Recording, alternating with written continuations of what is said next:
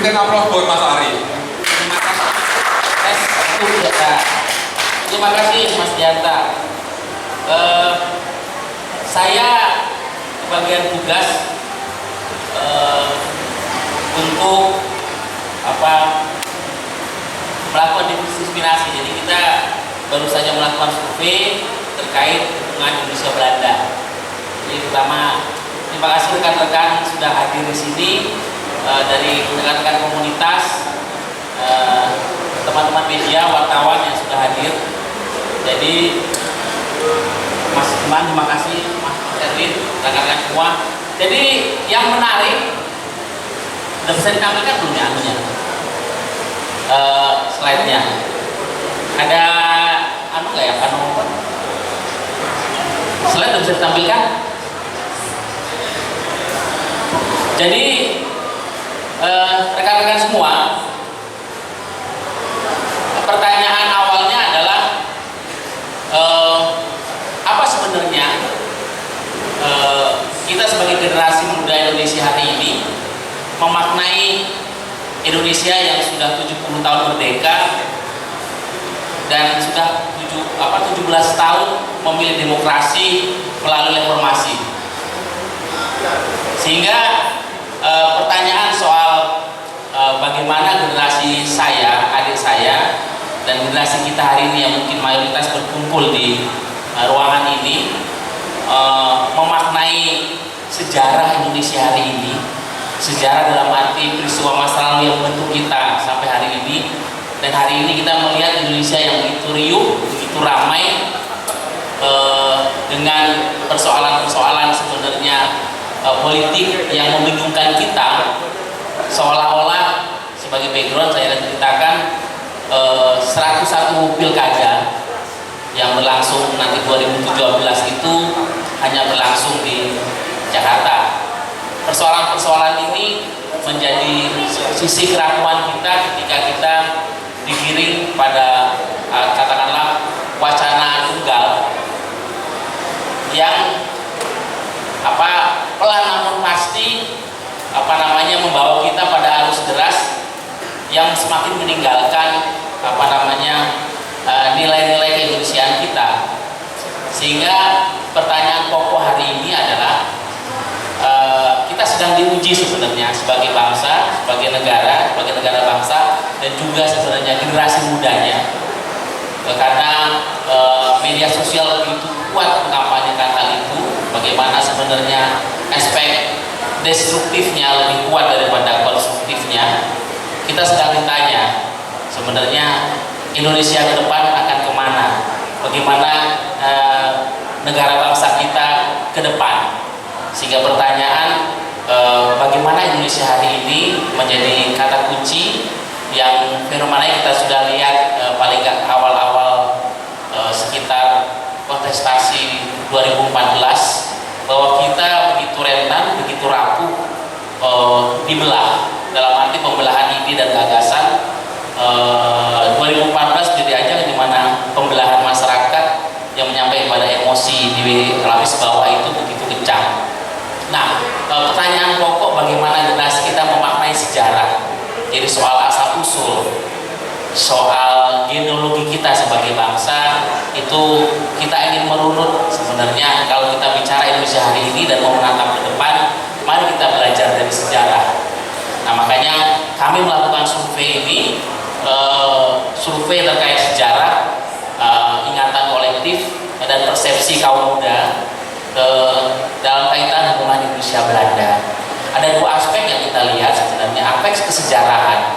Apapun kalau kita bicara soal Indonesia hari ini, ada sebuah kesejarahan di mana ada ruang sejarah. Kita pernah 350 tahun bersama Belanda, dan hari ini Pak Belanda di sini. Dan Indonesia hari ini adalah bagian dari irisan masa lalu itu. Dan Indonesia ke depan akan kita bangun tanpa kita melupakan asal usul kesejarahan kita.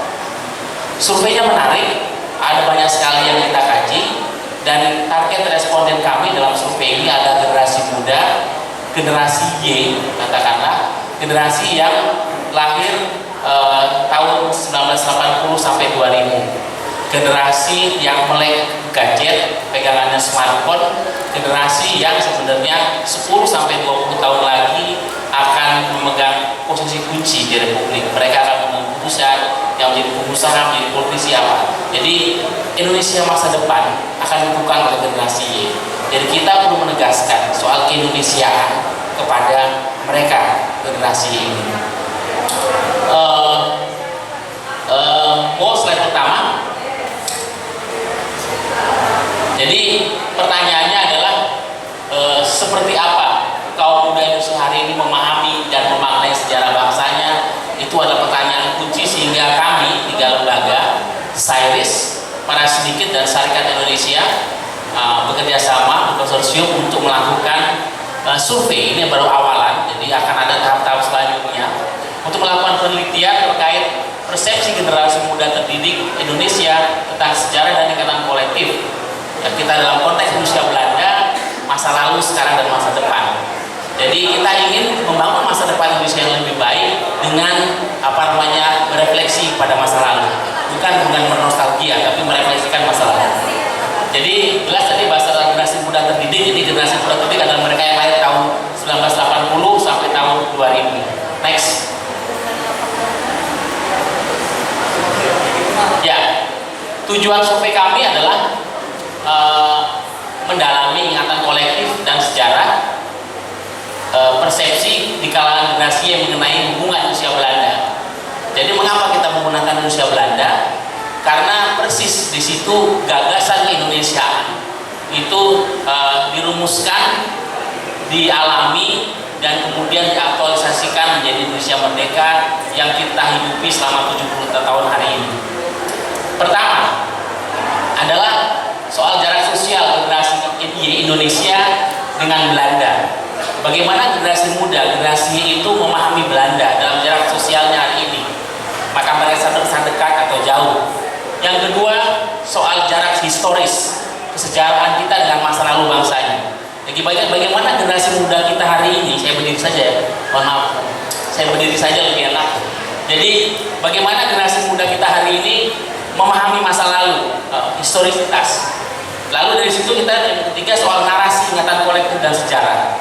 Bagaimana sejarah yang kita pelajari dari buku sekolah, dari pelajaran sekolah lewat kurikulum itu membentuk kesadaran kita, dan bagaimana ingatan kolektif yang diturunkan dari generasi ke generasi itu terpelihara sehingga menjadi gagasan Indonesia hari ini, keindonesiaan, kebangsaan, kebinekaan kita. Yang keempat, bagaimana aspek kognitif lalu afeksi dan ekspektasi harapan dari kesejarahan yang coba kita eksplorasi. Next step, next slide. Survei kita lakukan, kita pengumpulan datanya di lapangan tanggal 8 sampai dengan 15 Agustus terhadap 1.605 responden siswa berlatar belakang SMA, sekolah menengah, yaitu SMA, MA, dan SMK, dan mahasiswa strata 1 terutama yang di kelas di 32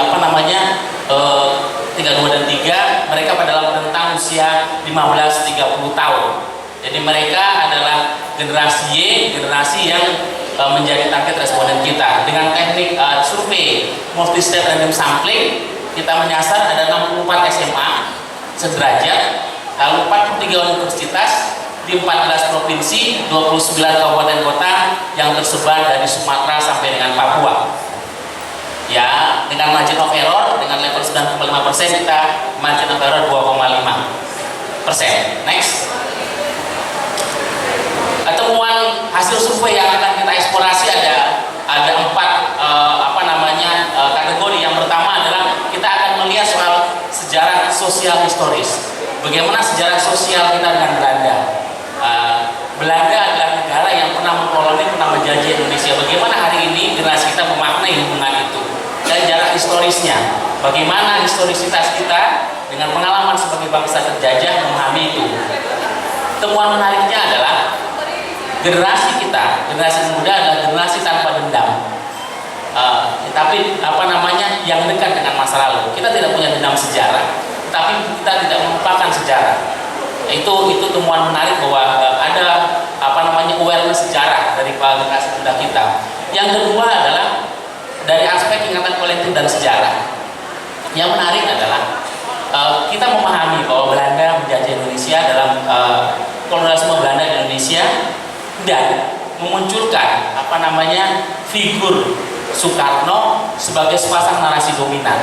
Jadi yang menarik dari survei yang melihat bagaimana kolonialisme, pengalaman sebagai bangsa penjajah berkontestasi dengan gagasan nasionalisme dalam gerbong para founding fathers kita yang terrepresentasi dengan figur Soekarno, kira-kira begitu.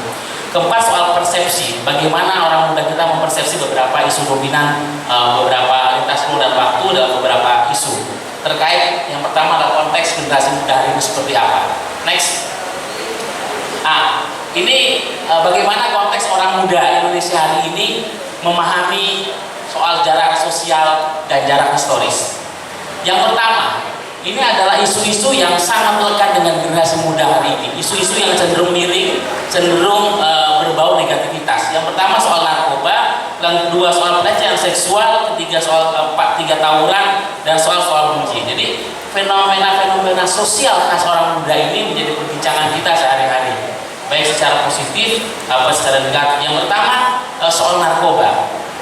Kami bertanya, soal bagaimana sebenarnya orang muda memahami konteksnya. Soal narkoba 60,4%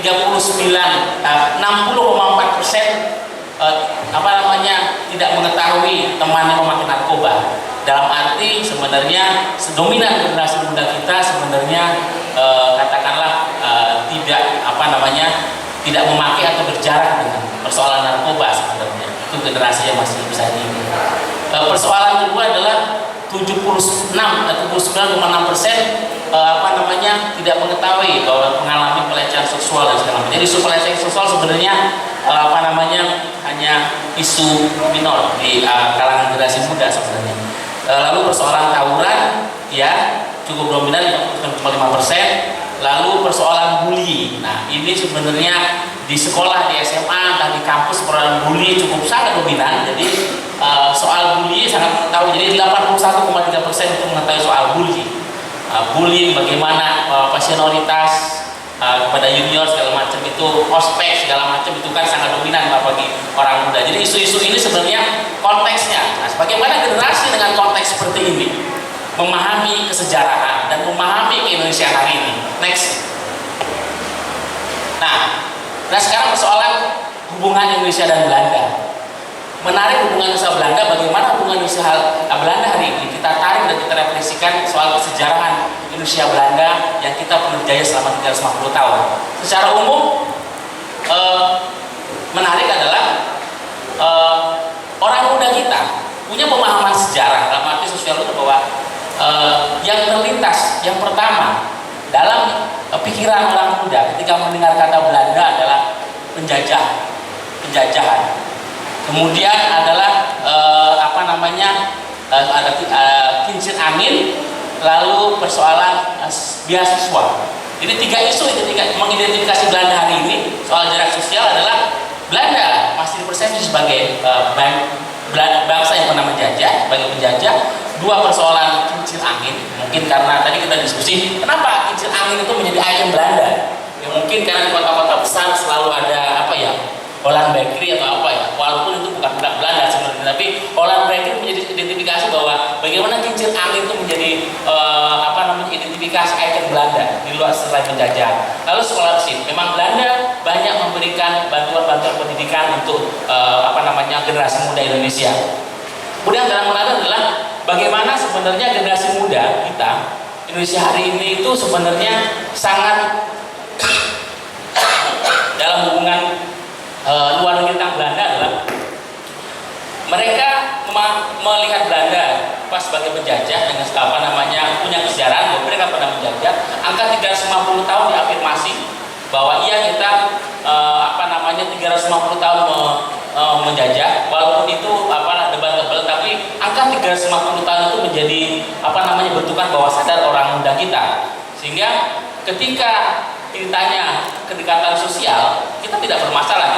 Bangsa kita, orang muda kita dekat dengan Belanda, tetapi tidak melupakan persoalan. Jadi forgive but not forget, itu persoalan hubungan dengan Belanda. Sehingga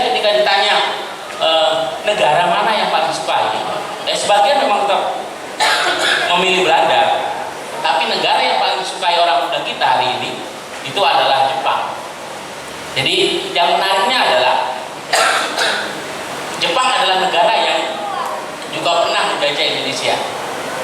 Tetapi angkanya kecil kan, hanya 3,5 tahun. Tapi Jepang adalah negara yang paling disukai oleh orang muda kita. Dan Jepang juga menjadi referensi kalau Indonesia mau maju. Disebutkan negara yang paling ingin dikunjungi Jepang dan negara yang paling dominan untuk menjadi referensi adalah Jepang. Jadi posisi Belanda itu adalah tetap masuk di 5 besar. Tetapi adalah menarik melihat bahwa sebenarnya kita tidak tetap merasa dekat dengan Belanda, tetapi kita tidak melupakan bahwa kesejarahan kita dibentuk oleh bagian dari Belanda. Terkait kerjasama Indonesia Belanda, menarik bahwa dari bidang kelautan, pendidikan budaya, pengairan, pertahanan keamanan, olahraga, ini adalah 5 bidang kerjasama yang sekarang existing, dan generasi muda kita mengafirmasi bahwa kalau kita gabungan sangat penting, dan penting itu sangat dominan. Jadi bagaimana kerjasama kelautan, pendidikan, pengairan ini jadi develop ke depan. Jadi persoalannya, intinya begini, Belanda adalah penjajah, itu masa lalu. Tapi masa depan, mari kita jalin kerjasama bahwa kita sebagai dua negara harus melakukan kerjasama yang lebih baik ke depan, tanpa melupakan masa lalu. Nah, ini beberapa hal terkait misalnya hubungan besar dengan Belanda. Tertarik ke masa depan. Produk Belanda, tidak masalah kita produk Belanda. Peran Belanda sangat penting, sangat setuju.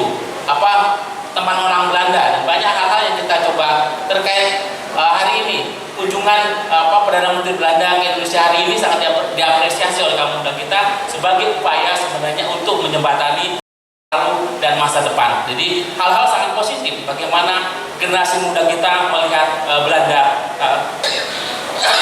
pada hari ini. Next. Nah, ini yang menarik, bagaimana persepsi kemudian hubungan Indonesia Belanda ditarik dalam persepsi bangunan kenegaraan kita, kebangsaan. Soal Pancasila, 93,1% kaum muda Indonesia merasakan bahwa Pancasila adalah dasar negara yang paling cocok, paling sesuai. Jadi Pancasila sebagai dasar negara kokoh, kuat, tak terbantahkan untuk generasi muda kita. Sebuah modal yang besar untuk membangun kebangsaan. Lalu apakah Pancasila sudah diterapkan? Nah, ini pertanyaan lain adalah ternyata baru 56,9%, sehingga menjadi PR kita bersama bagaimana Pancasila yang kokoh dan kuat sebagai dasar negara itu bisa diterapkan dalam kehidupan sehari-hari. Hanya 56,9% yang melihat bahwa itu sudah diterapkan. Jadi masih kira-kira 43% itu melihat masih PR bersama bagaimana mengaktualisasikan Pancasila dalam kehidupan sehari-hari.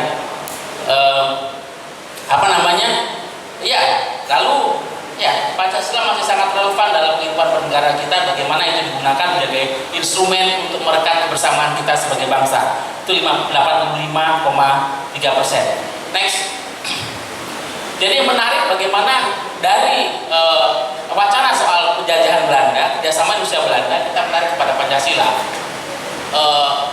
Karena Pancasila hari ini, Indonesia Raya, bahasa Indonesia adalah produk-produk perlawanan kita terhadap penjajahan.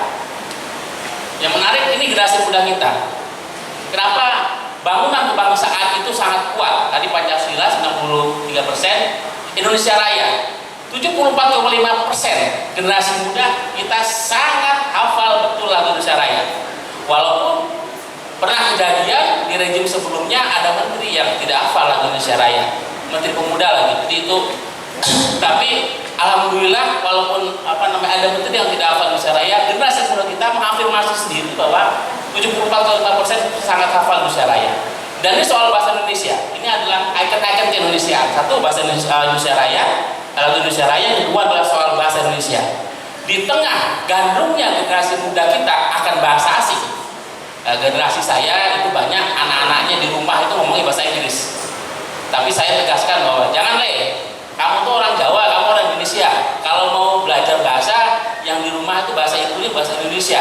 Kalau mau belajar bahasa Jawa. Walaupun saya tinggal di Jawa Barat di Depok, anak saya belajar di sekolah bahasa Sunda. Itu bagian dari pengayaan kita. Tapi bahasa Inggris, bahasa Mandarin itu bahasa asing. Menjadikan itu jangan salah kaprah, sekolah internasional belajarnya bahasa Inggris, tapi nomor dua kan bahasa Indonesia.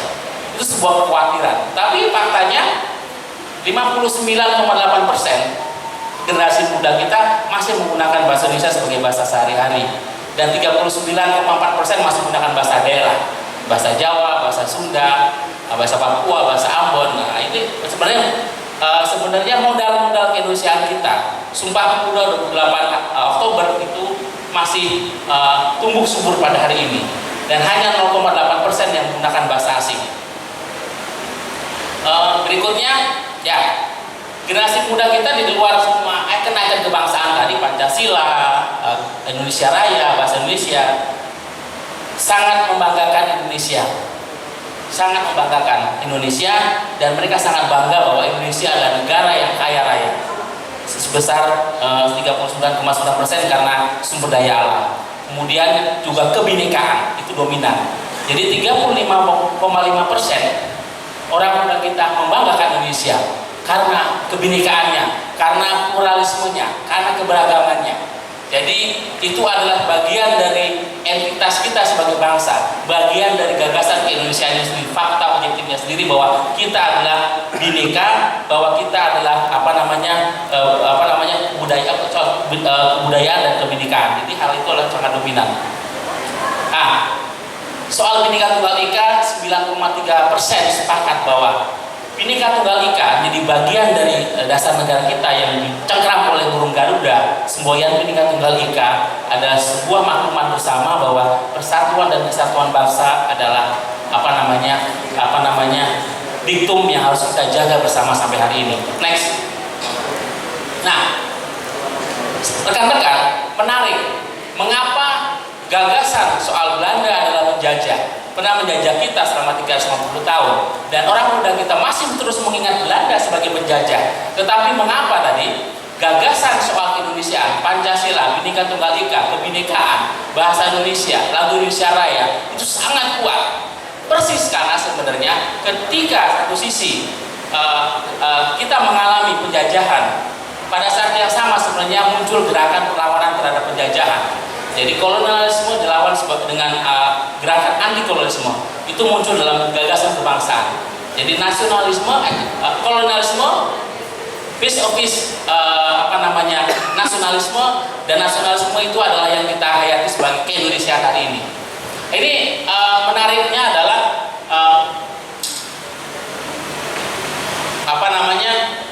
mengapa kemudian ketika ditanya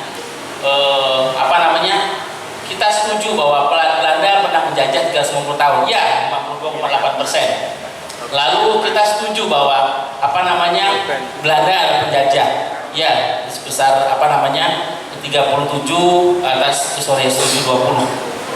Belanda sebagai negara penjajah hingga kini itu tidak kecil karena jajahnya kecil.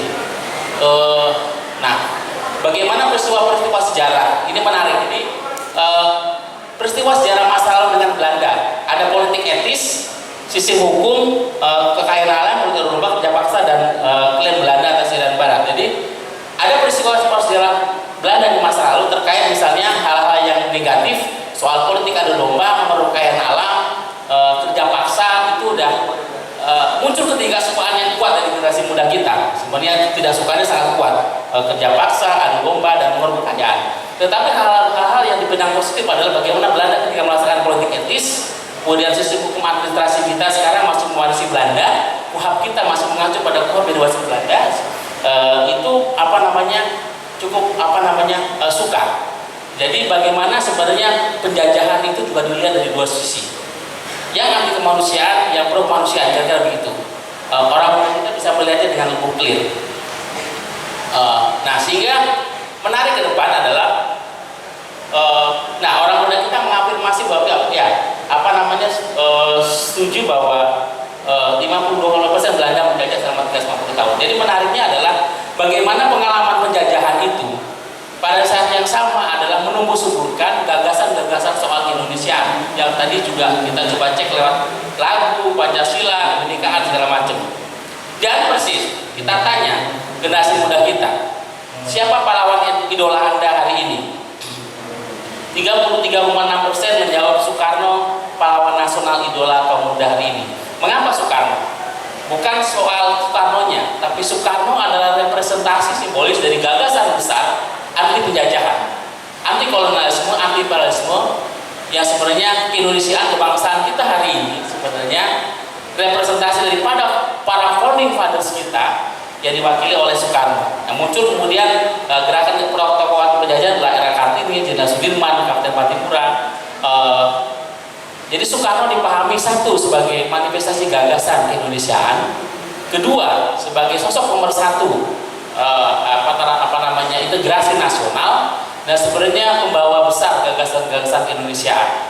Sehingga Soekarno seperti lokomotif dari keindonesiaan kita, sehingga menjadi karena gagasan-gagasan founding fathers kita, pendiri bangsa kita hari ini menetapkan bahwa Indonesia bukan didirikan untuk satu suku saja, untuk satu etnis saja, untuk satu golongan saja, atau untuk agama satu saja, tapi Indonesia adalah didirikan untuk kita semua, satu untuk semua, semua untuk satu. Itulah gagasan besar daripada founding fathers kita yang hari ini sedang diuji bersama.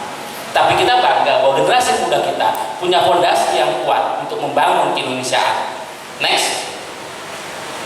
Ya, ternyata sudah habis. Terima kasih kawan-kawan. Jadi kesimpulannya Mas Erwin dan Mas Iman adalah pengalaman dengan Belanda mengajarkan dua hal. Pertama adalah soal kesejarahan, pengalaman masa lalu, bahwa kita adalah punya ruang waktu yang sama bersama Belanda sebagai bangsa penjajah dan dijajah. Pengalaman itu pada saat yang sama adalah menguatkan, membangun fondasi-fondasi kebangsaan kita, soal keindonesiaan, gagasan Pancasila, Bhinneka Tunggal Ika, Lagu Indonesia Raya, Persatuan Indonesia, yang sebenarnya menjadi fondasi kebangsaan kita hari ini pada saat bersama proses yang dibentukkan pada saat penjajahan. Jadi persoalan kontestasi antara kolonialisme dan imperialisme, nasionalisme, itu menjadi temuan menarik dari survei kita. Bagaimana Belanda mengkoloni jadi Belanda mewakili gagasan soal kolonialisme, dan para founding fathers kita, Soekarno dan kawan-kawan, Soekarno, Hatta, Sahar dan kawan-kawan mewakili bagaimana gagasan keindonesiaan hari ini dibentuk. Dan orang muda kita memahami betul sikap itu, dan kita percaya bahwa Indonesia ke depan bisa dibangun lebih baik karena generasi kita, Mas Iman, Mas Erwin, punya kesadaran sejarah yang tinggi dan punya kesadaran Indonesia yang tinggi. Persis kita coba mengunya, merefleksikan bersama dari temuan survei sejarah ini. Terima kasih Mas Dianta, monggo sebagai bahan diskusi. Terima kasih kepada Mas Ari itu mencoba mempresentasikan hasil penelitian yang dilakukan oleh Saris, Para Sindiket, dan Syarikat. Upload lagi buat 3 lembaga tersebut. Kegiatan ini didukung oleh Kantor Staf Presiden, oleh Kedutaan Besar Kerajaan Belanda, dan oleh BPK 2L.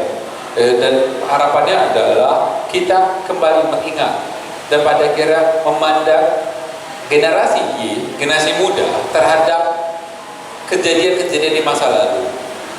Yang tadi mungkin dikatakan yang menjadi menarik adalah yang paling diingat oleh anak muda, pertama Belanda sebagai penjajah, tapi kedua kincir angin. Itu mungkin ada perenungan juga, itu hal yang menarik itu. Dan saya cuma mengingat pada teman-teman juga, kita memiliki kontes selfie. Teman-teman punya handphone, terutama yang generasi Y. Kalau generasi baby boomers ya nggak apa-apa lah.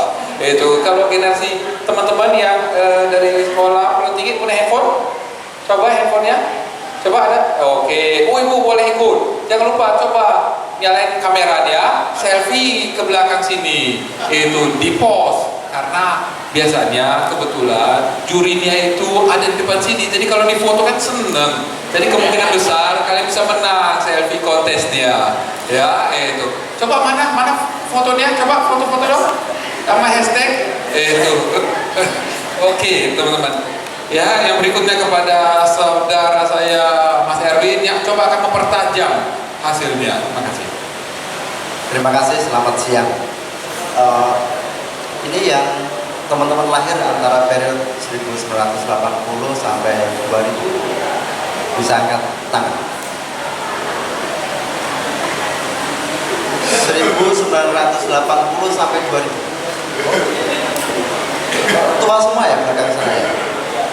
sebelah kiri belakang agak tua ya. Malu-malu itu sangat Jawa. Jadi begini, saya tadi agak tertawa-tawa di depan. Minta maaf Mas Ari, karena ada dua hal. Pertama adalah kami khawatir Mas Ari terjatuh di panggung. Betul. Yang kedua, saya tadi sampaikan ke Mas di atas selaku moderator bahwa ini kayak kita itu ujian sejarah. Nah, kalau ujian sejarah ini yang paling mendapatkan nilai tertinggi Mas Ari, karena ujiannya nggak menyebut open book atau closed book. Mas Ari sudah paparkan open book, apa yang menjadi temuan-temuan krusial di dalam survei yang dilakukan oleh lembaga kami bertiga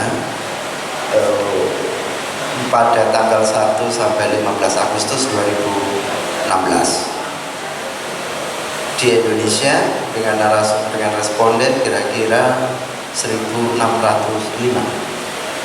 untuk generasi terdidik di Indonesia, teman-teman yang sekolah di SMA dan sederajat dan juga mahasiswa. Nah, tadi ada beberapa highlight penting dan saya ingin menyampaikan bahwa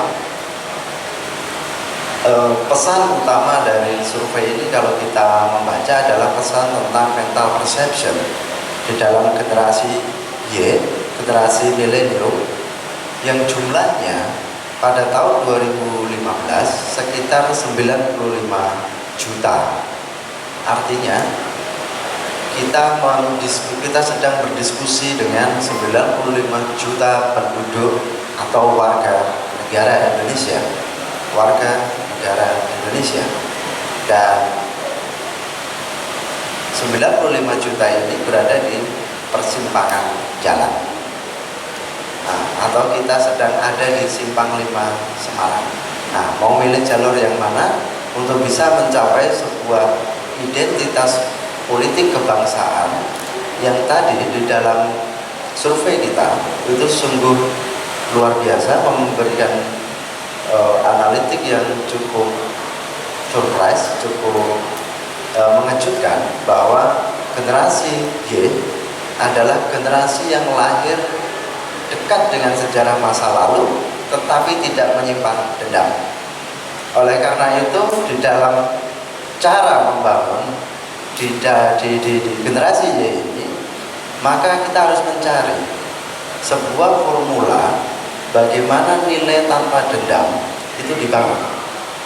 Ketika mencari formula itu lantas rujukannya kepada seorang sosok. Itu ada Bung Karno. Dalam ingatan kolektif di survei mengatakan bahwa 31,sekian%, kalau nggak salah 31,4%, figur Soekarno hadir dalam ingatan kolektif. Dalam narasi sejarah yang ditulis oleh SD SMP kita, 36,5% mengafirmasi bahwa atau menyatakan bahwa figur Soekarno sebagai integrasi nasional. Sedangkan proses penulisan sejarah resmi kita ada cukup masalah dasar tentang sosok ini. Nah, Jawa Tengah menjadi menarik karena Bapak Gubernur Jawa Tengah, Bapak Ganjar Pranowo, saya masih ingat mungkin kira-kira 3 atau 4 tahun yang lalu, itu membawa misi dasar di Jawa Tengah ini yang disebut dengan Trisakti. Boten korupsi, boten ngapusi, jateng berdikari, Trisakti. Sehingga menjadi debat yang cukup alot dan cukup serius dalam institusional itu di dalam policy negara. Nah, ini menjadi menarik dalam konteks di Semarang, dan diskusi ini juga saya kira cukup menarik, tidak dilakukan di dunia kampus, tetapi justru berupaya untuk hadir di tengah ingatan kita tentang masa lalu, karena generasi ini mengingat itu dekat dengan masa lalu tetapi eksis dan hadir tanpa dendam. Ini catatan yang sangat menarik dan sangat surprise, dan ini universal karena generasi Y tidak hanya ada di Indonesia melainkan juga di luar negeri, banyak sekali.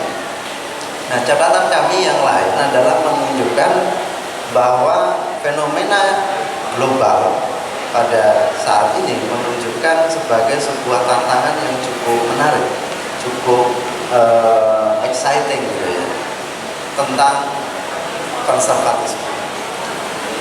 Politik global yang ada di Eropa, kalau misalnya kita melihat yang paling dekat lah, di Amerika Serikat, 45, sekian persen atau 46 yang rata-rata dugaan kami adalah generasi Y lebih memilih untuk tidur di kamar, lantas bangun-bangun kaget bahwa presidennya berubah. Nah, oleh karena itu ini nggak hanya terjadi di Jawa Tengah, nggak hanya terjadi di Indonesia, tetapi juga di dunia sekarang menjadi sebuah fenomena. Nah, bagaimana cara generasi ini menyikapi? Kalau berdasar kepada survei yang ada, memberikan beberapa argumen pokok. Pertama, bahwa nasionalisme Indonesia itu lahir pada tanggal 28 Oktober 1928 membawa misi kebahagiaan. Nah, saya kira merdeka itu pesannya bahagia. Lantas diadministrasikan pada tanggal 17 Agustus 1945 ya, dalam bentuk negara untuk kemudian membawa misi pengadministrasian kebahagiaan. Nah, tetapi histografi tentang nasionalisme di Indonesia, bukan nasionalisme Indonesia, tapi nasionalisme di Indonesia, histografinya adalah histografi kambing hitam. Lebih banyak upaya mencari siapa sebab dari masalah daripada meletakkan bahwa pesan dasar dari nasionalisme Indonesia adalah pesan politik kebahagiaan, pesan counter kolonialisme. Karena saya yakin tidak semua orang bersedia dan berkenan untuk dijajah. Nah, ini sangat dekat dengan historiografi ini. Itu pertama. Yang kedua adalah konteksnya sekarang. Jadi kalau kita membahas persepsi, kita sedang berhadapan dengan dua sisi sekaligus yang kami juga berupaya untuk mempelajari dengan detail apa yang disebut dengan konteks dan bagaimana clarity atau bagaimana kedetailan dari operasionalisasi ini. Nah, konteks sekarang itu adalah konteks yang penuh dengan tantangan, di mana rasa kebersamaan, rasa untuk bisa menjadi sebuah identity bersama yang disebut Indonesia berhadapan dengan push factors yang luar biasa di arena global maupun di tingkat lokal. Secara akademik, Hobsbawm misalnya kami merujuk bahwa ini disebut sebagai the age of fascism, era munculnya politik sara, era munculnya sebuah etno-fundamentalisme, era di mana munculnya etno-fundamentalisme dan juga market fundamentalisme. Nah, sehingga pertanyaan-pertanyaannya kemudian kembali pada elemen dasar tentang apa yang menjadi dasar bagi kita untuk merawat dan juga maju bersama kebersamaan ini. Ini poin kedua. Nah, generasi Y tanpa dendam menjawab itu dengan mengatakan gitu bahwa histografi dendam harus di-counter dengan histografi kebahagiaan. Nah, dengan demikian periwayatan ini menjadi penting sebagai sebuah cara payung besar yang sangat dibutuhkan di dalam konteks ini adalah sebuah identity bersama untuk menemukan nation and character building konsep operasionalisasinya secara lebih otentik, lebih detail, lebih konkret. Nah, ini menjadi sebuah temuan yang cukup tebal, di dalam generasi Y, generasi yang ada di persimpangan atau perempatan jalan atau perlimaan jalan. Nah, di dalam mengemas atau memberikan pesan tentang bagaimana transformasi dari etno-nasionalisme menjadi nasionalisme, bagaimana menerima tentang berbeda. Memang pada hakikatnya manusia itu berbeda, sejak lahir berbeda, tinggal cara makannya berbeda. Sehingga diskursus tentang nasionalisme adalah diskursus pada abad 200 tahun yang lalu sampai dengan era sekarang yang sangat-sangat unik. Dia sangat dicaci maki, tapi di satu sisi juga sangat dirindukan kehadirannya, karena dialah yang bisa kemudian menjembatani transformasi ini tentang bagaimana rasa bisa ditaruh tempat, memiliki tempat. Rasa, cita rasa, tadi panitia menyebut masuk sini cita rasa, ada cita rasa kota lama, cita rasa masa lalu, cita rasa masa depan gitu, whatever. Institusionalisasi rasa di dalam sistem kenegaraan kita menjadi penting. Yang kedua, nasionalisme juga mendiskusikan tentang riwayat. Ada sebuah histori untuk memberikan eksplanasi atau penjelasan bagi masa depan. Sehingga orang bicara tentang sejarah, saya kira juga sedang melakukan pendiskusian tentang bagaimana nasib dan karakter yang ingin dibangun di masa depan. Yang ketiga, jelas rakyatnya itu sendiri. Jadi kalau saya sebut ada 3 R. 1, ada rasa. 2, ada riwayat. Dan yang ketiga, ada rakyat. Nah, rakyat itu mendapatkan porsi yang luar biasa. Nah, di dalam generasi terdidik itu menempatkan sejarah counter kolonialisme kita, nasionalisme Indonesia sebagai counter kolonialisme itu menempatkan rakyat itu di posisi tertinggi. Kalau tadi disebut sebagai one for all for one. Nah, rakyat di dalam revolusi Prancis dulu disebut sebagai satu tak terbagi. Kalau tadi Mas Ali menyebutnya one for all for one, itu kira-kira 300 tahun, hampir 300 tahun yang lalu itu disebut dalam sebuah doktrin disebut satu tak terbagi, yang menyebabkan runtuhnya monarki-monarki di Eropa bersatu untuk kemudian melahirkan sebuah cita rasa baru yang namanya republik. Nah, oleh karena itu respublik gitu, kembali kepada publik. Republik itu rakyat. Nah, mendefinisikan rakyat ini kalau kita tidak memahami sejarah rakyat, bagaimana dia hidup, bagaimana dia berbangun, kita akan sulit untuk menempatkan sejarah bangsa, sejarah nation. Susah. Karena elan vitalnya, identitinya, karakternya begitu. Sebagai contoh begini. Kata Indonesia itu dipakai sebagai organisasi, nama organisasi apapun itu sejak mulanya, padahal kata itu berasal dari seorang akademisi, seorang scholar Jerman yang dia belajar di Belanda. Kalau di dalam buku Bung Karno Penyambung Lidah Rakyat itu mengatakan dengan detail.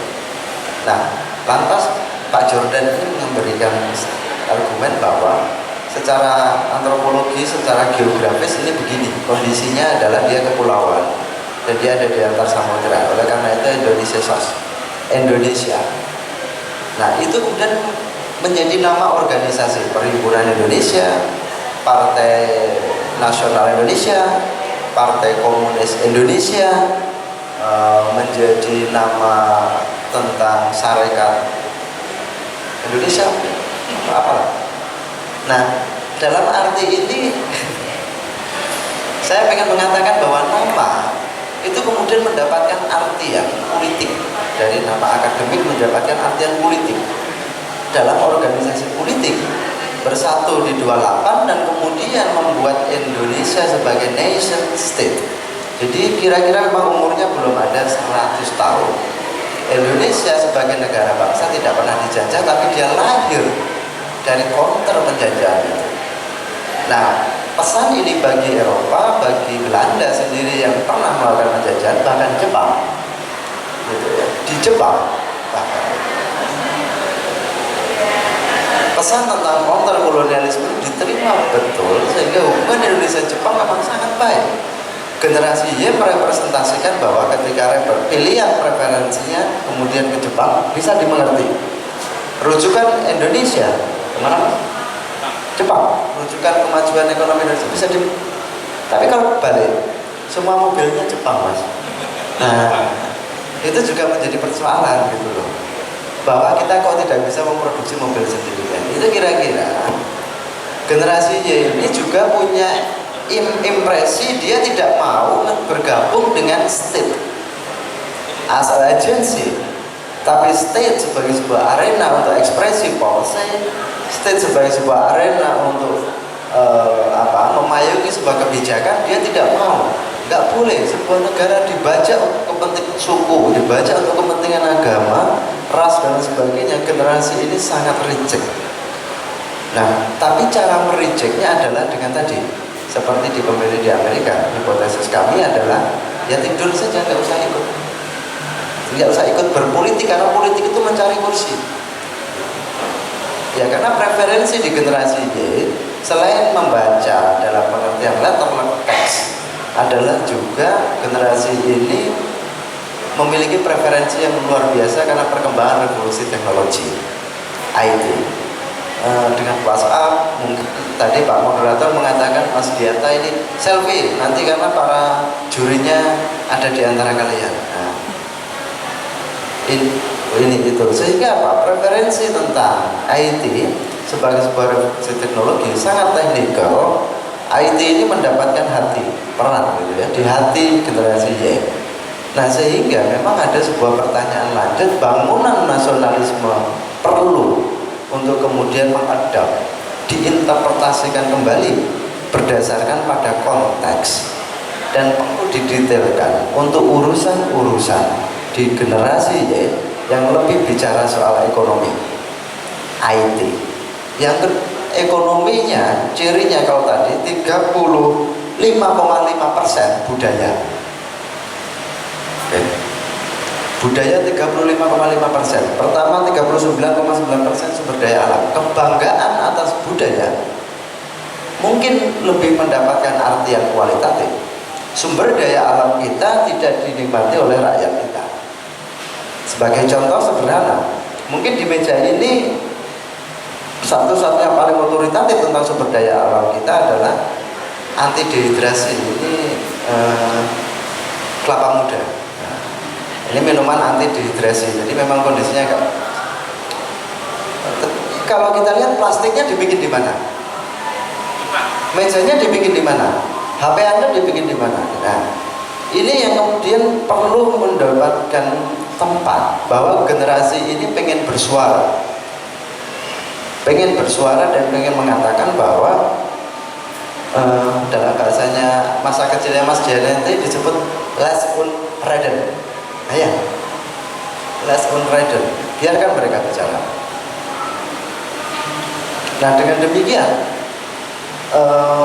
institusionalisasi ekonomi budaya itu menjadi sesuatu yang sangat penting bagi negara untuk memberikan tempat, karena itulah watak dasar dari nasionalisme yang dilihat dan dibaca oleh generasi ini.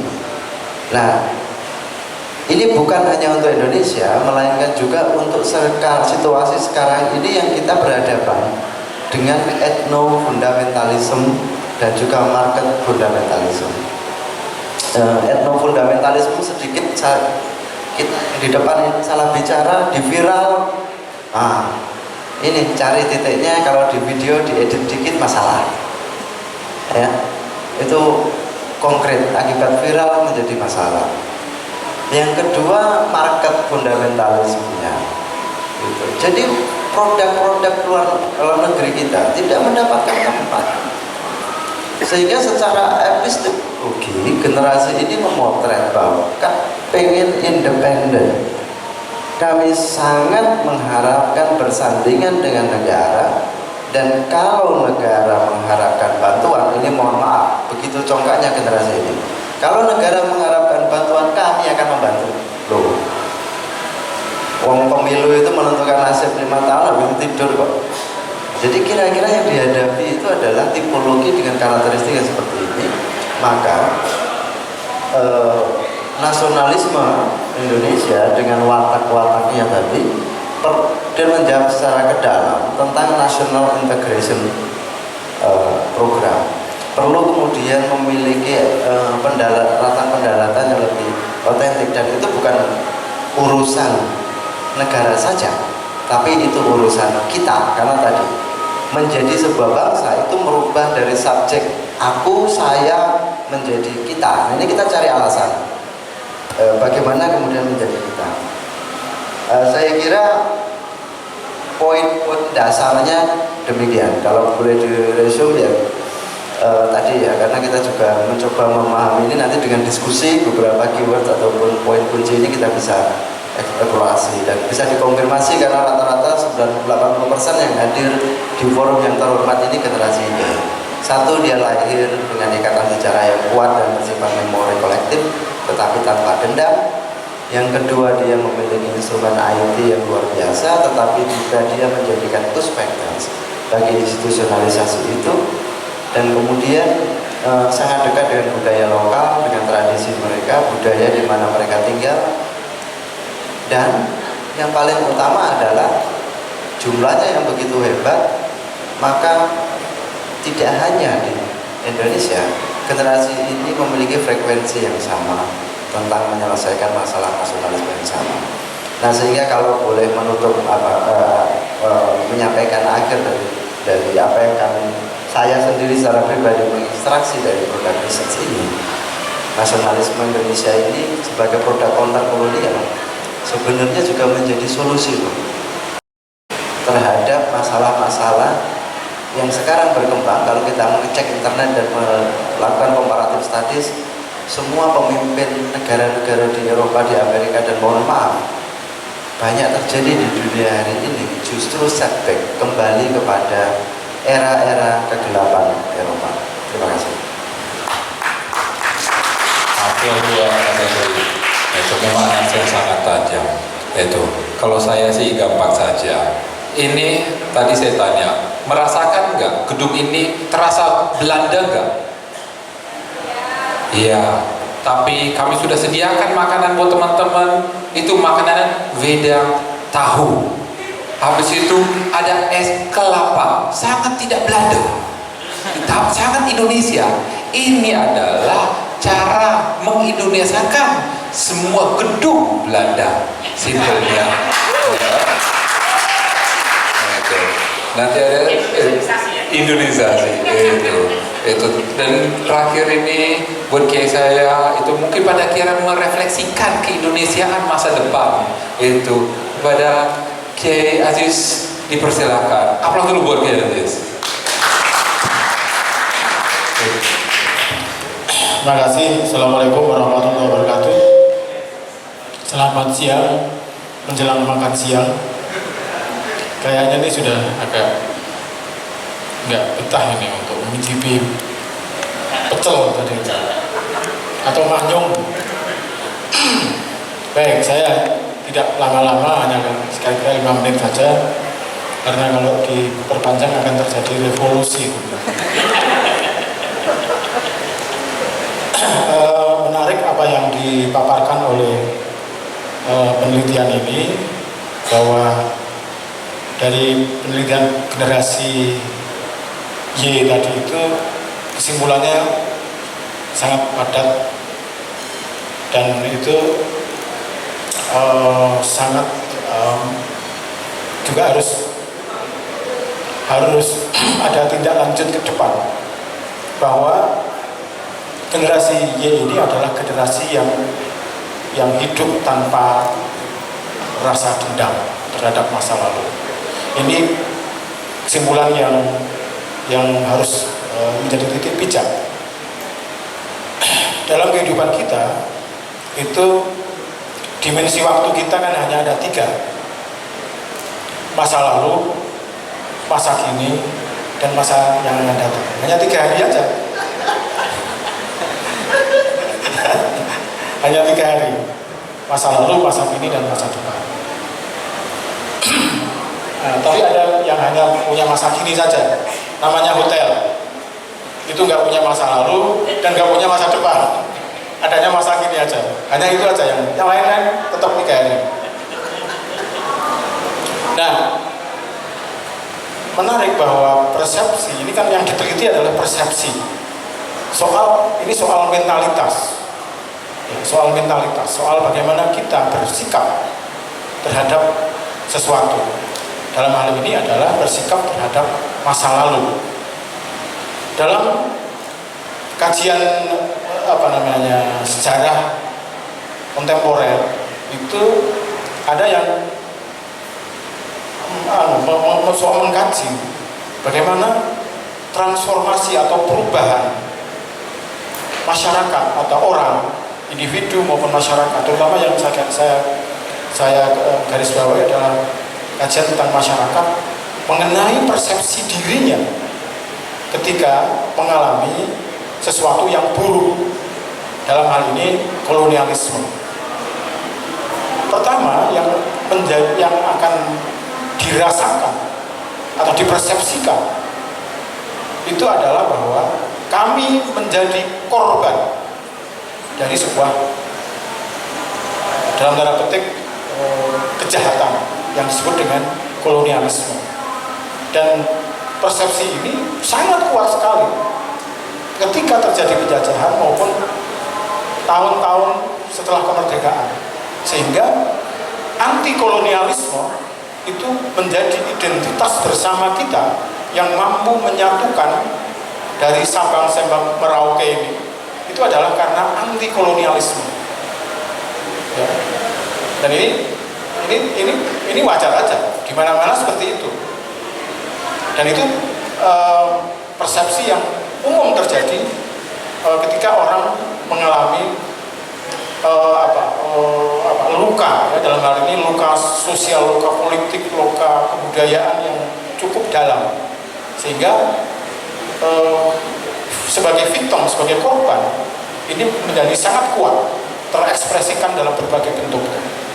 Nah, tentu saja ini kemudian nanti akan kita lanjutkan dengan analisis yang lain bahwa ini harus diselesaikan.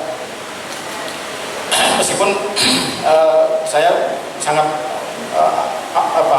surprise dengan hasil penelitian ini bahwa ternyata generasi Y ini adalah generasi tanpa dendam. Mungkin seperti saya yang ini mungkin masih ada sedikit lah, ya. Meskipun nggak merasakan juga, tapi ada proses penurunan. Nah, penurunan itu artinya membuat turun-temurun pewarisan terhadap persepsi sebagai korban tadi. Saya tidak sebagai korban, tapi diturunkan persepsi korban itu terhadap generasi berikutnya. Nah, mungkin stoplah di generasi saya, tapi generasi berikutnya sudah tidak ada dendam apapun. Yang kedua, orang atau masyarakat mampu untuk menjadi lebih meningkat lagi, menjadi survivor namanya. Jadi kalau orang terluka, tertabrak mobil, itu sudah nggak bisa apa-apa, tapi begitu kemudian dia sudah di rumah sakit dirawat, baru kemudian dia menjadi survivor. Dia sudah bisa menyapa kanan kirinya, dia sudah bisa, oh kalau gitu saya bisa sembuh, kalau begitu saya nanti akan bersepeda lagi di minggu pagi dan seterusnya. Ini artinya survivor. Jadi korban menjadi bertransformasi menjadi survivor. Nah, ini saya kira generasi saya survivor itu. Nah, artinya ya, mungkin ada yang namanya kolonialisme, tapi itu nggak penting bagi saya sudah. Tapi bahwa jejak-jejak itu harus dijernihkan kembali. Nah, transformasi ketiga itu kalau dari korban kemudian menjadi leader, menjadi dirinya sendiri, menjadi pemimpin dirinya sendiri yang mampu untuk mengarahkan orientasi kehidupan dan seterusnya, baik itu untuk kehidupan sosial, politik, ekonomi. Dan inilah yang sekarang kita tahap yang harus kita perjuangkan terus-menerus, bahwa kita ini dulunya adalah korban atau victim, kemudian menjadi survivor, tapi kemudian harus menjadi leader dalam kehidupan kita. Nah, ini yang saya kira kalau kita nanti sempat untuk membuat perbandingan-perbandingan, saya kira akan menarik. Misalnya bagaimana orang Suriname, bangsa Suriname yang aslinya adalah orang Jawa, yang juga mengalami kolonisasi oleh Belanda, tapi kemudian pindah imigrasi di Suriname, dan sekarang mereka masih berbahasa Jawa, tapi sudah menjadi Perdana Menteri di Suriname. Ini sudah menjadi leader namanya. Sudah melampaui victim, sudah melampaui sebagai survivor. Nah, ini saya kira ini kita juga harusnya di level ini. Nah, lalu bagaimana kemudian kedepannya seperti apa? Saya kira bentuk-bentuk tadi yang hasil dari survei tadi itu, bahwa ada nasionalisme, ada kebinekaan, ada tokoh-tokoh yang tetap diingat sampai sekarang seperti Soekarno, Hatta dan seterusnya tadi itu menjadi modal bagi kita untuk mengembangkan imajinasi kita yang disebut dengan post-kolonialisme itu. Nah, memang post-kolonialisme ini memang agak susah untuk sebagai sebuah alat metodologi untuk mengembangkan identitas kita sebagai sebuah bangsa. Ini saya kira harus tetap harus tetap dikembangkan. Maksud saya begini, ada hal-hal dari masa lalu yang harus kita jernihkan, kita klarifikasi, ya, secara sangat objektif. Ya. Misalnya beginilah, ini yang sekarang jadi problem di kalangan kita sekarang ini, hari-hari ini. Ini soal KUHP, ya, yang tadi disebutkan Mas Ari sebagai warisan tadi itu, mengenai penistaan agama. Ini kan problem, sama identik dengan apa yang dulu dalam KUHP sebagai pasal tentang subversi. Ya, ini persis penistaan agama itu persis dengan pasal subversi. Jadi pasal yang sebetulnya sebagai pasal hukum itu sebenarnya nggak bisa diterapkan karena objeknya nggak jelas. Agama itu sangat luas sekali. Kalau pidana itu biasanya objeknya jelas. Erwin Haryanto namanya. Itu namanya objek hukum. Tapi kalau agama itu bukan objek hukum, objek pidana, hukum pidana.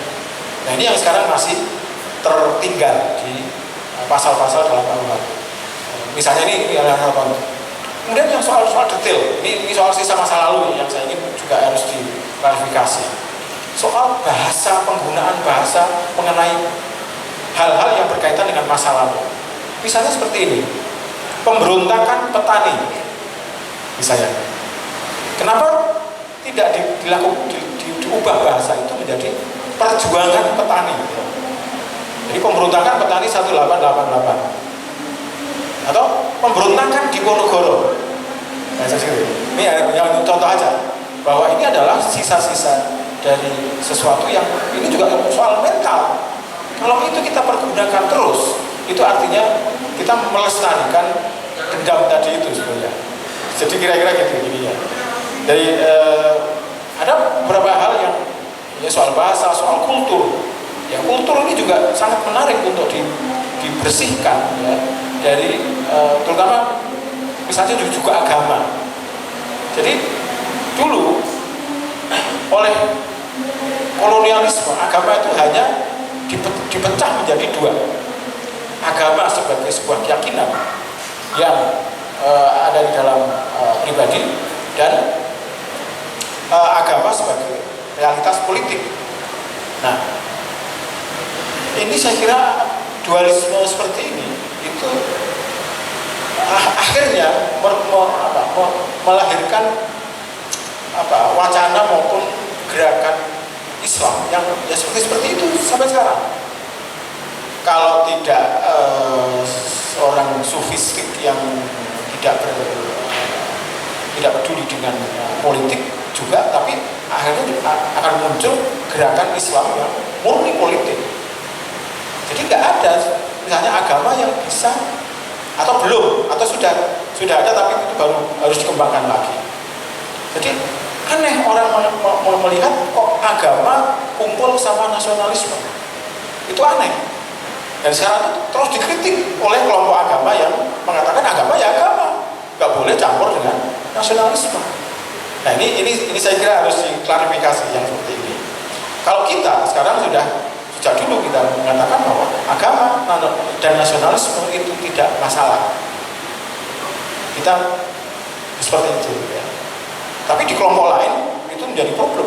Agama ya agama, nasionalisme tidak boleh nasionalisme. Karena agama itu universal. Nah, gitu. Nah, ini saya kira hal-hal yang saya kira penting nantinya untuk diklarifikasi supaya beban untuk membangun masa depan kita itu lebih ringan lagi. Ya, tidak sekedar tidak punya dendam, tapi tadi jadi lead kita, bangsa kita.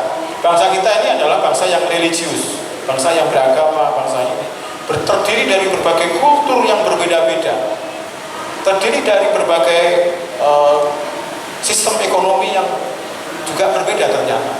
Tidak hanya satu, ada yang koperasi, ada yang kapitalisme, ada yang bermendaku sebagai ekonomi Islam macam-macam. Nah ini harus terus dibangun dialog supaya nantinya ke depan kita tidak punya masalah-masalah yang menjadi beban ke depannya. Jadi harus diselesaikan itu soal agama dan politik supaya agama dan nasionalisme itu menjadi satu, ya, tidak terpecah-pecah. Nah, itu seperti itu. Dalam kultur juga begitu. Kultur gini, kita tidak memandang perbedaan itu sebagai sebuah perbedaan yang akhirnya menjadi destruktif. Kita bisa membangun masa depan dengan kultur yang berbeda-beda supaya wajah Indonesia itu betul-betul wajah Indonesia gitu. Kenapa selama ini kita masih mencoba seolah-olah mendiskriminasikan kultur kebudayaan lokal yang justru itu sangat kaya. Katakanlah misalnya seperti di kelompok-kelompok di adat, ya, masyarakat adat, dari segi arsitektur aja itu luar biasa, ya. Seperti Toraja, seperti di Bali, Jawa, meskipun Jawa sekarang udah mulai dijual ke Belanda juga, itu joglo, macam-macam itu. Ini arsitektur, gimana kita nggak punya identitas? Begitu kita masuk Jakarta, wah ini kotak semua. Gedungnya seperti kardus saja, nggak punya identitas apapun di situ. Padahal kita punya Toraja, kita punya Jawa, kita punya Kalimantan Barat yang begitu indah ininya, arsitekturnya. Dan ini selama ini nggak kita sadari, tapi justru kita buang itu. Ini salah satu contoh bagaimana kultur itu justru bisa memperkuat keindonesiaan yang selama ini memang dipecah-pecah. Ya, ini Kalimantan, ini sebagai dan seterusnya. Papua, gitu. Bagaimana juga dari segi pengetahuannya, pengetahuan tentang cocok tanam, ya, tentang perhitungan cuaca, ya. Dan itu BMKG itu sebetulnya ya canggih sebetulnya dibandingkan dengan kecanggihan orang-orang di adat yang bisa memprediksikan nanti musim apa, bulan ini nanti akan terjadi apa tanpa harus pakai internet. Misalnya seperti itu. Ini kearifan-kearifan lokal yang luar biasa kaya. Nah, oleh karena itu, termasuk juga yang ingin saya tambahkan juga sistem ekonomi.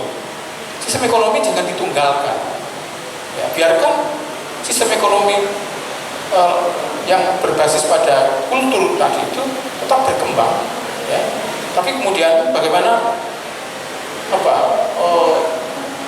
insert terhadap pengembangan ekonomi itu bisa dilakukan dengan negara hanya memberikan jalan untuk berjejaring aja, tidak hanya di level regional atau nasional, bahkan ke level internasional, tapi dengan sistem ekonomi yang berbeda-beda. Ini saya kira juga harus dipikirkan ke depannya supaya gagasan mengenai berbagai hal mengenai Indonesia, mengenai kebinekaan itu ada isinya. Saya kadang-kadang tidak serak gitu kalau dalam situasi seperti ini orang harus berpidato aja, ya, pidato tentang nasionalisme, tentang Bhinneka Tunggal Ika, tentang ini. Tapi bagaimana menerapkan ini dalam real kehidupan nyata? Ini yang juga harus kita pikirkan bersama-sama, sehingga ke depan kita betul-betul tidak ada dendam, tapi juga mampu bekerja sama dengan Belanda, dengan negara-negara yang lain, dengan Jepang, dengan cara yang tadi itu. Jadi kita bukan di bawah mereka gitu, tapi jadi lead tadi itu, menjadi pemimpin juga, sama-sama memimpinnya. Nah ini syarat-syaratnya yang tadi, sehingga itu harus diperkuat, sehingga kita betul-betul menjadi pemimpin dunia, kira-kira sama-sama memimpin dunia. Nah ini saya kira. Nah saya kira potensi-potensi itu sudah disampaikan dalam penelitian ini. Tinggal bagaimana ke depan kita membangun kerja yang cukup sistematis gitu, termasuk juga bahwa ini kerjasama dengan pihak negara-negara Eropa, Belanda khususnya, negara Jepang tadi yang ternyata juga levelnya tinggi juga, dan lain-lain. Nah selama ini terus terang bahwa kita ini menjadi konsumen, baru menjadi konsumen. Ya, Jepang itu dikenal karena ada Honda, ada Toyota gitu ya. Korea itu dikenal karena ada Samsung, ada Hyundai, macam-macam. Belanda dikenal karena roti, padahal nggak hanya itu sebenarnya. Nah, kita menjadi konsumen. Nah, di Belanda itu juga ada bumbu lodeh sebetulnya yang sudah instan, ya, di supermarket di Belanda itu umum ditemukan, tapi baru itu. Lalu Indomie itu ada di sana, Indomie ini untuk mahasiswa Indonesia yang kekurangan gizi di sana, itu makanya Indomie. Nah itu banyak di sana. Nah tapi apa produk yang lain? Produk yang lain yang bisa kita kerjasamakan, kita ekspor ke Belanda, ke Jepang, ke Korea, itu apa? Ini yang jadi pertanyaan besar bagi kita. Karena kalau kita lihat seperti di Korea, itu tidak ada merek mobil selain Hyundai dan Kia. Toyota nggak ada di Korea, Honda tidak ada di Korea, dan seterusnya. Tapi kita kebanjiran semua itu. Ini saya kira yang menjadi agenda kita ke depan. Terima kasih. Assalamualaikum warahmatullahi wabarakatuh. Menarik memang itu, kalau Kiai bicara memang lebih banyak refleksi itu. Tetapi mungkin saya coba mengambil kesimpulan sementara dari ketiga pembicara. Pembicara pertama mengingatkan kepada kita bahwa generasi muda ternyata karakternya adalah forgive but not forget, memaafkan tetapi tidak melupakan. Dan pembicara kedua kalau saya ambil kesimpulannya adalah mengingatkan kepada generasi muda, generasi Y. Generasi Y adalah yang menciptakan sejarah masa depan. Berarti adik-adik kalau saya boleh sebut. Itu kalau saya ya udah bukan adik lagi lah ya. Apalagi kita yang di depan lah. Itu. Dan yang ketiga itu ya Aziz mengingatkan kita sebagai orang tua, bekerjalah, lakukanlah, bertransformasilah, actionlah. Tetapi dengan catatan menjadi pemimpin bukan hanya warga negara Indonesia, tetapi menjadi pemimpin yang Indonesia, yang membawa nilai-nilai keindonesiaan, bukan hanya di tingkat lokal, bukan hanya karena alasan pernah dijajah, tetapi karena Indonesia pantas ada di pentas dunia. Itu mungkin aplaus lagi buat para pemimpin ini.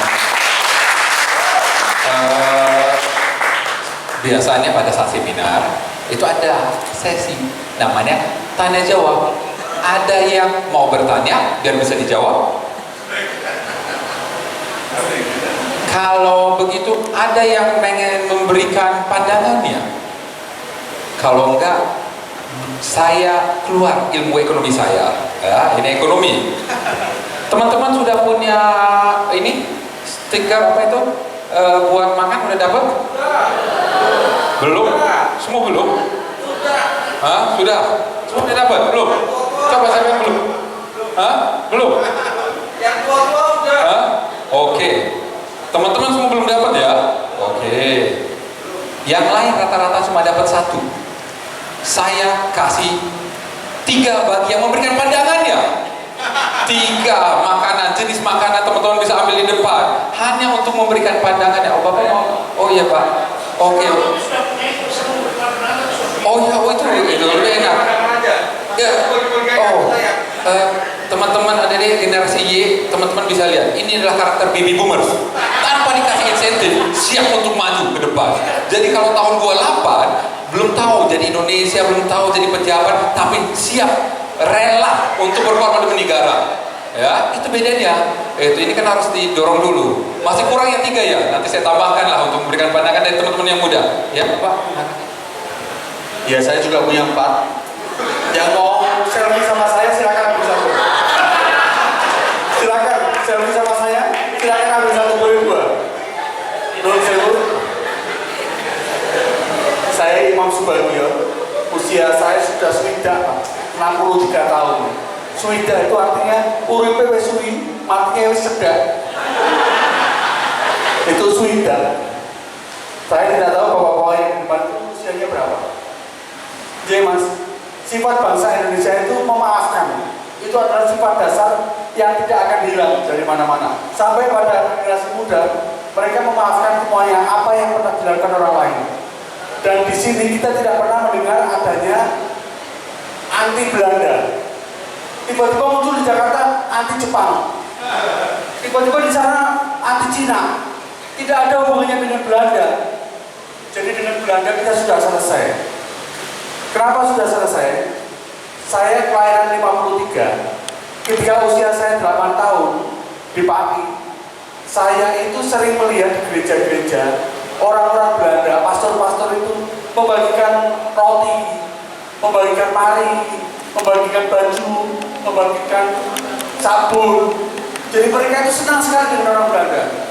Dan karena lamanya orang Belanda di Indonesia, banyak yang mereka yang sudah kawin dengan orang Jawa. Seperti budenya ibu saya, itu orang Belanda ternyata. Tapi saya bukan orang Belanda, karena hidup saya PSN. Jadi mengenai dendam, saya pikir kok nggak ada, Mas. Bahkan sampai generasi yang awal ini, mereka juga nggak punya dendam. Betul, ketika ada panjangan. Apa tadi dia? Forgive, tapi tidak forget. Betul Pak? Artinya memaafkan. Ya artinya. Jadi itu, saya pikir itu pandangan saya. Jadi tidak ada dendam antara kita dengan Belanda. Yang ada malah kita senang sekali pakai Belanda, jalan-jalan naik sepeda, muter kota lama, naik motor pakai Belanda. Padahal dia orang Jawa. Matur nuwun. Terima kasih ya Pak. Hah? Enggak, ikutnya ini. Terima kasih. Saya juga memberikan pendapat juga bukan karena ini, saya karena tempat juga. Terima kasih. Jadi begini, terus terang apa namanya sering terjadi lembaga survei itu melakukan survei berawal dari subjektivitas kelompok itu kemudian melakukan survei begitu ya. Jadi seringnya terjadi seperti itu, apalagi di survei-survei politik gitu kan, itu sering berdasarkan pesanan kelompok politik mana atau kandidat mana, kalau disurvei, orang ikut diduduki kan begitu, sering jadi seperti itu. Baik, itu yang terjadi. Tetapi saya melihat bahwa apa namanya terkait dengan fenomena ketokohan pahlawan itu memang dulu di zaman Soeharto ada lembaga survei untuk menonjolkan seseorang gitu kan, di zaman SBY juga menonjolkan seseorang, dan sekarang memang zamannya memang penonjolan untuk Soekarno, memang eventnya seperti itu, dan itu saya maklumi. oleh sebab itu saya melihat bahwa sebenarnya terkait dengan perjuangan, jejak-jejak perjuangan kita, itu memang tak bisa melepas dari perjuangan. Memang kalau saya istilahkan itu jejak-jejak sajadah gitu ya. Jadi terus terang kemarin saya buat syair itu pada September untuk merefleksi 10 November 40-an. Saya membuat karya itu berdasarkan dari fakta sejarah, sehingga saya memberikan judul jejak sejarah berdarah. Jadi saya memberikan ilustrasi bahwa para pahlawan ketika itu memang pahlawan-pahlawan yang memang bersejarah. Era Tokoh Umar, Tokoh Jipiro, Nyabir, Sisingamangaraja, kemudian Fatahillah. Tetapi bangsa Indonesia itu begitu apa adanya. Nah, karena justru apa adanya, saya kira dia berkata jujur kepada dunia yang hari ini berhadapan dengan, mohon maaf, kami menyebutnya sebagai etno-fundamentalisme atau politik rasisme baru.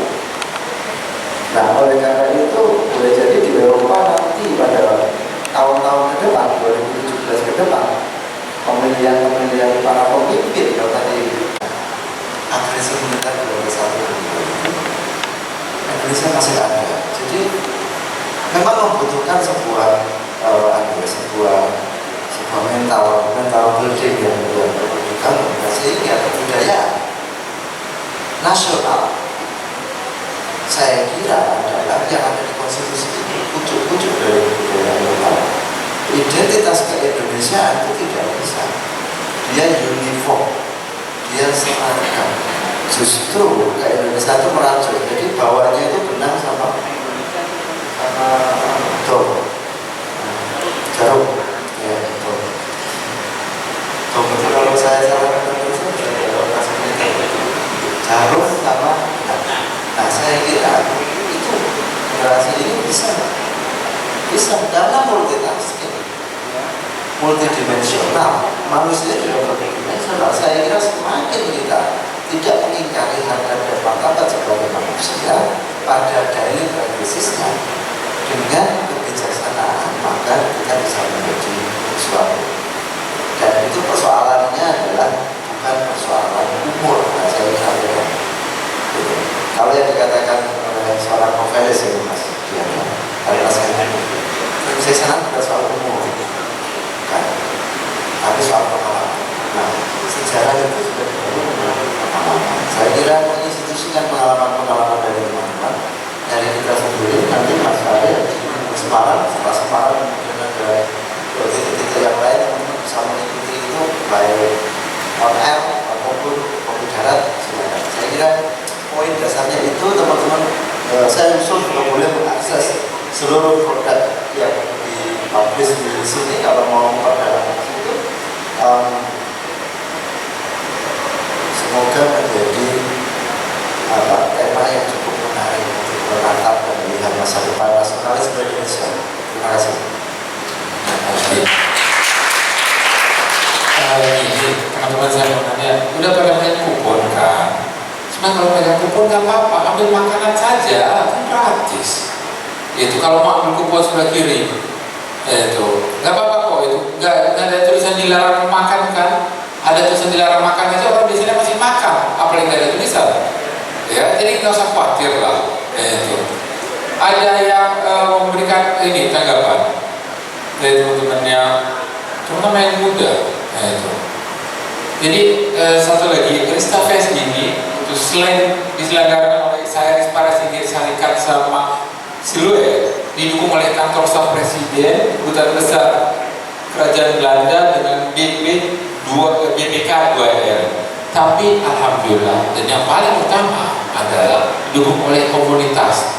Komunitas pendukungnya adalah Oase Lapuk Vaya Bengkes, Relvan, Semarang Night Carnival, Gabang Semarang, Semarang Sketch, teman KPS, ada Jus sama Standing Comedy Semarang dan lain-lain. Itu ada karena sekali lagi kita kesini sebagai bagian dari Kota Semarang, walaupun mungkin ya saya juga nggak bisa bahasa Jawa, saya juga baru 2 kali Kota Semarang. Tetapi yang kita yakini adalah Kota Semarang memainkan peran yang penting baik di masa lalu, sekarang, karena kota terbesar Jawa Tengah itu, dan ke depan itu. Saya berharap pada akhirnya teman-teman itu agak coba merenungkan, dan terima kasih banyak sekali penggiat-penggiat sejarah yang sudah mau mulai.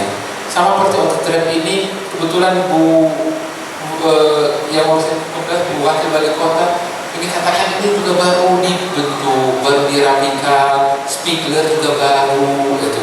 Orang baru mengingat kembali kawasan Kota Tua. Kota Tua, kawasan Kota Tua pada akhirnya akan menjadi baru kembali oleh, bukan kita, oleh teman-teman yang muda. Karena kalian udah pernah dengar the old one is the new one. Jadi kan sekarang banyak itu, kayak kacamata model dulu ya, itu kan model-model lama kembali lagi baru itu. Itu ada di tangan teman-teman. Itu kami ucapkan terima kasih sekali. Itu buat perhatian teman-teman, jangan lupa itu acara ini bukan hanya sekarang. Nanti juga ada lagi malam, ada standing comedy, ada musik. Itu yang pasti adalah kalau malam fotonya akan jauh lebih menarik karena ada lighting warna-warni. Ya, itu ada musik, itu ajak teman-teman, itu yang punya pacar silakan ajak pacarnya, kalau yang punya pacar itu cari pacar. Itu terima kasih, itu saya panitia